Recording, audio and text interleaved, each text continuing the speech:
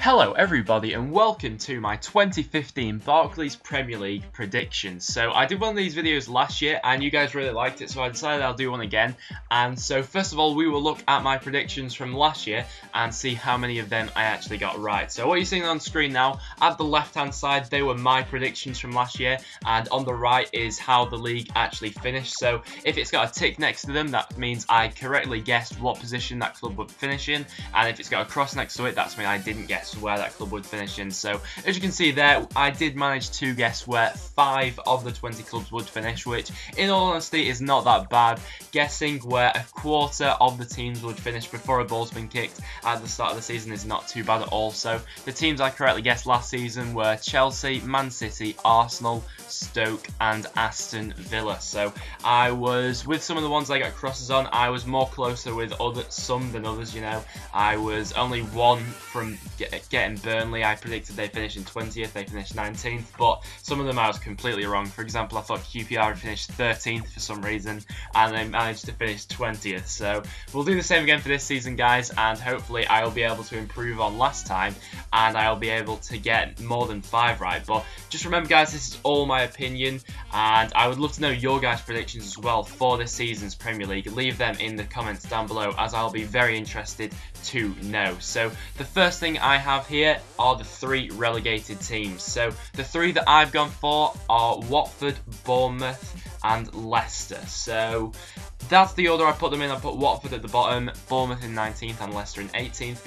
This was probably the hardest thing I had to decide upon on the whole table. This was harder to do than the top 4, the top 5, whatever. This was the hardest bit to do, and I'd probably say that 18th caused me the most trouble in deciding who to put there. But in the end, I did decide to go for Leicester, and it was a close call between putting Leicester, Sunderland, Villa, Norwich. They were all taken into consideration, but in the end, I did decide to go for Leicester. So first of all, I went for Watford, as I think that the players they brought in haven't got a lot of Premier League experience as well as the players they currently have. They have 1 or 2 players, but I think scoring goals will be their problem this season.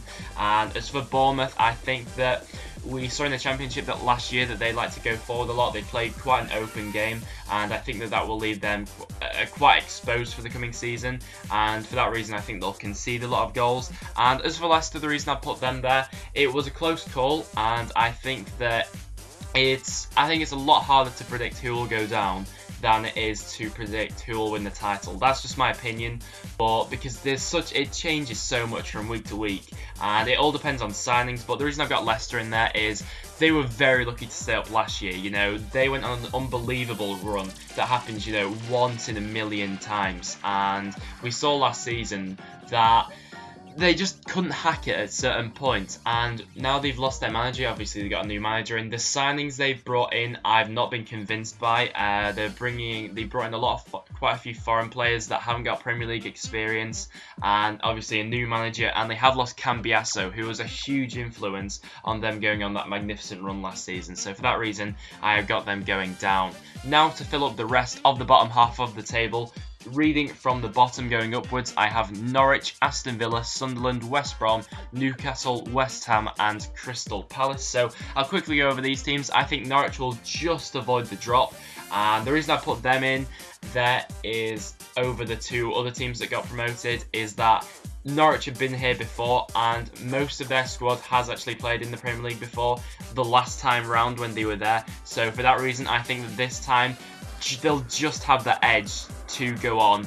So that's the reason I have put Norwich in that position. In 16th I've got Aston Villa, and Aston Villa I definitely considered for being relegated this season, as they've lost their 2 most influential players, being Christian Benteke and Fabian Delph. But the reason I think that they will stay up is I do rate Tim Sherwood as a manager. I think he's a good manager, and I think that especially if they do bring in Adebayor, Sherwood works well with Adebayor. So whether he'll be able to emulate what Benteke did at Villa, I don't know, but I do think Aston Villa will stop up this season. Same reason for Sunderland. I think they will be dragged into a relegation scrap once again, but Sunderland always seem to stay up. They pull something out of the bag every season, and I think that this year will be no different.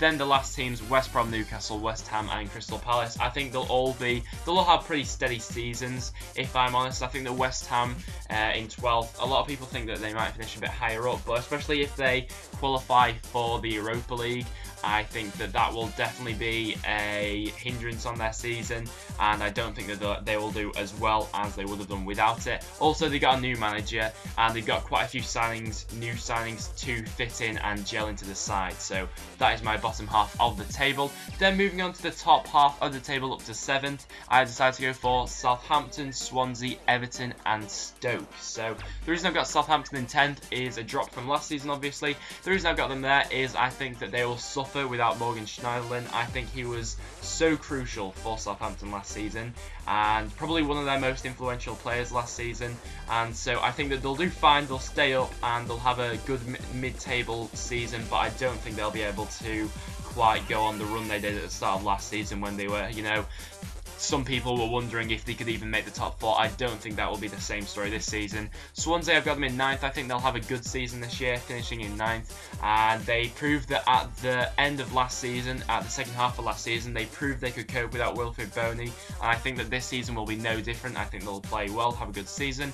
Everton, I've got in 8th, obviously improving from their 11th finish last season.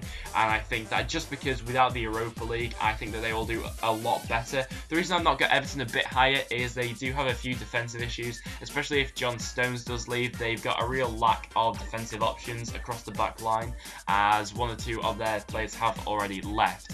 Then in 7th, I have Stoke City. I honestly do believe that Stoke will have a great... I think they'll be the surprise of this season, and they'll be the team that is pushing for 5th and 6th this season. Out of that, you know, 7th to 10th sort of place, any of them are capable of pushing for Europa League places, and this season I think Stoke will do well. I think that they'll finish 7th, as they brought in some fantastic signings. You know, they've got players like Afellay now, Bojan when he's fit, obviously, just fantastic players, and they did well last season, and Mark Hughes has really got on with this Stoke team, and I think they'll push on from last season and finish in 7th. Now to 6th and 5th. I have Spurs and Liverpool. Spurs, I don't think they're... I still think they're 2 or 3 seasons behind the top 4 at the moment. I don't think they're anywhere as near as some of their fans think they are to the top 4. No offence to Spurs, I think that they do play some good football. And Pochettino I do rate as a manager, but I can't see them making top 4 anytime soon, especially with the likes of Manchester United strengthening Man City, Arsenal, Chelsea. I just can't see it happening, and in my opinion, Liverpool are the closest team to breaking into the top 4 yet again. Obviously, they've made good signings, I think, with Christian Benteke and Firmino. I think Benteke will do well for Liverpool if he manages to stay fit, and obviously then they have the option of Sturridge when he gets back, but I do think they will just miss out on the top 4 yet again, as the top 4 are just, they're stronger than Liverpool and Spurs in all honesty. So to my top 4 finally. In 4th I have Manchester United, 3rd I have Man City, 2nd I have Arsenal, and winning it yet again I have Chelsea. So the reason I have Man United in 4th, I think they have a good team this season, much improved upon last season, and especially if they keep De Gea. But the reason I've got them in 4th is they have a lot of new players to gel into the squad, and last season they didn't get off to the best of starts with Van Gaal, with him bringing in quite a few new players and then taking a while to fit in. I think it'll be the same story this season, and for that reason I'm going to have Man United in 4th. Man City I'm going to have in 3rd. I don't think that they will be on Chelsea's toes as much as they were 2 years ago or whatever like that. I don't think they'll be, you know, pushing for the title as much as that, even though they want to be, and I think that they could go either way really, but last season showed that they have an aging squad. Obviously I think Sterling and Delph will have impacts, especially Sterling, but is Sterling the sort of player who you sign for 50 million to come straight away and win the title? I don't think so. They bought him for potential, and I don't think he's ready to start a massive title charge on Chelsea. I think Chelsea's team at the moment is too strong for Man City. But that said, they could go and surprise us all and absolutely dominate the Premier League this season. Who knows? Then in 2nd I have Arsenal. I think Arsenal are knocking on the door now. They're getting closer every season to getting a squad capable of winning the Premier League, especially if they do go out and buy a striker, then they would definitely get a lot closer. But when I look at the Chelsea squad compared to Arsenal's, I still think, even with the addition of Petr Cech, for Arsenal, I still think Chelsea just have the edge on them, and that's the reason I have Chelsea in first, simply because, in my opinion, they have the best manager in the league. So they are my predictions, guys. Let me know what you think of them in the comments down below, and also let me know of your predictions as well. This is just my opinion, and I'd be very interested to know how you guys think the Premier League will end this season, because honestly, this is the Premier League. Absolutely anything could happen. So leave it in the comments down below, guys. But that will wrap it up for this video, guys. Thank you very much for watching. If you have enjoyed, make sure you leave a like, and I'll see you all in the next one.